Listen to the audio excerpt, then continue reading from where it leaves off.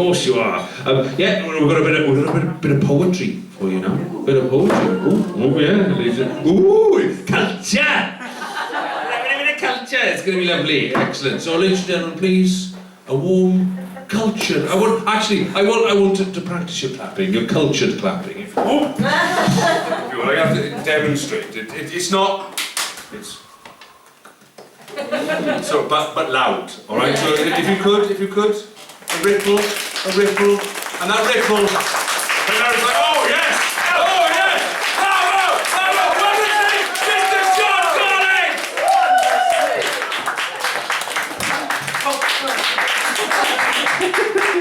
Culture indeed. He doesn't see me perform. Can you hear me all right? Yeah. Excellent. I'll dispense with that. Right. Branding is everywhere, isn't it? Yeah. David Beckham's got his pants. Jamie Oliver's got his pants. Ben Fogles has got socks. I was in Hay-on-Wye a few years ago, and I couldn't believe what I saw. Has anyone else been to Hay-on-Wye? Yes. Has anyone been into that really expensive shop, Goldsworthy's? It's by the clock. I go in there every time I go to Hay-on-Wye, and because I'm poor, I'm kind of disappointed. I can't afford anything. Except one day, I went in, Ben Fogles socks. I got excited and thought, something I can buy. And then I turned them over and looked at the price. So this is Ben Fogles socks. I hate Ben Fogles and his floppy hair. He's so bloody nice. Even when he appeared on Room 101, his choices were pretty shite. I hate his stupid upper class trips, like crossing the Atlantic in a tin bath, or climbing Ayers Rock in just a kilt. They're all so bloody upper class.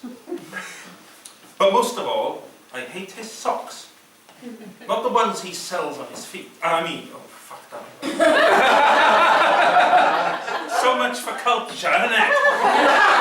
Can you imagine Andrew Motion on BBC 4 doing that? Oh, fuck that up.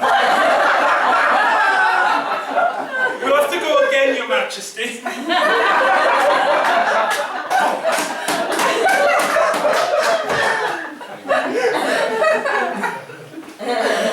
But the ones he sells for £10 a pair, that's a rip-off that's hard to beat. What will he flog us next, I wonder? A Ben Fogles wristwatch, or a Ben Fogles hat, or maybe his memoirs. Ben Fogles, adventurer, BBC presenter, an upper-class twat.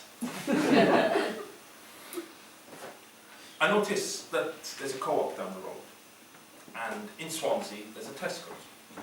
Do you have a Tesco's yet? Yes. Yeah. I do some shopping at my local Tesco's in Swansea, on Oystermouth Road. And I always seem to be there at about 2:30 in the morning when all the characters come in. And you know those people who don't like all-night radio? So they go down there. Trouble is, they've got the radio on.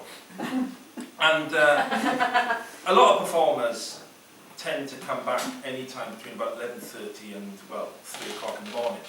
And somehow I end up down there. And I had to buy a banana one day.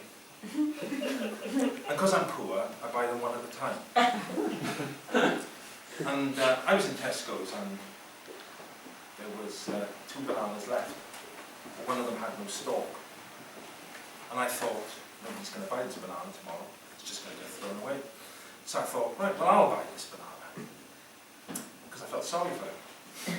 Does anyone else feel that way about bananas? It's just me again, isn't it? But I thought, I don't want to look weird when I go to the counter with just this one banana. And she asked me, you know, there's a good banana there in the stalk. So I bought the other banana as well, splashed out. But it did inspire this. I was in Tesco one dark and rainy night, buying some bits and bobs. When I got to the bananas, and I heard a squeaky voice say, "Pick me, John, pick me. I'm not seen as perfect. as I have no stock, so people reject me for the other bananas. But I'm just as good as them, so pick me. So I did. You know that bit already, don't you? So I did. In the next aisle was a dented tin of beans. Pick me, John, pick me, they said. I have a dent in my head and I will make you fart. But I'm just as good as the soups. So pick me, John, pick me. So in the trolley he went. I went around the corner and I spied a bottle of South African red. Pick me, John, pick me. I am Gina and I am from Pretoria. I'm a bit coked and I will make you piss all night. But I'm still better than all that cheap Dutch lager. So in the trolley she went. As I came to the deli counter, I spied a depressed pork pie. Oh. Hello, my name's Kenneth. I've been here all day.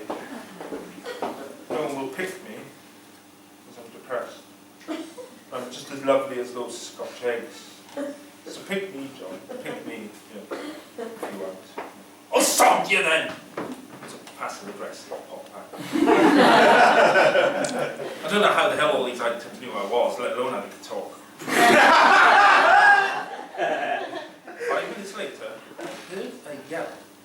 It was a slightly cracked box of Bone Brown Frosties. Pick me, John, pick me. I have to point out at this point, I've only got the 4 voices. Mad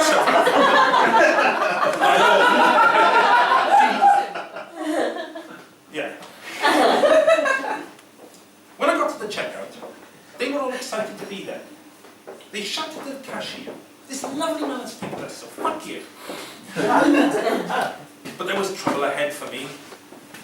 My 2 bananas went black overnight. The dented tin of beans had been glued to the bog.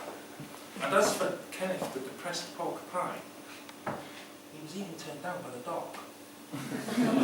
The Daily Miller's pages were stuck together, and the crossword had been filled in. The box of Frosties did come in handy, though, as a new fill-in for the cat's litter bin. For those that judge by appearances, you were bloody right to do so, because after buying all those dodgy beans, I ended up with a collapsed arsehole.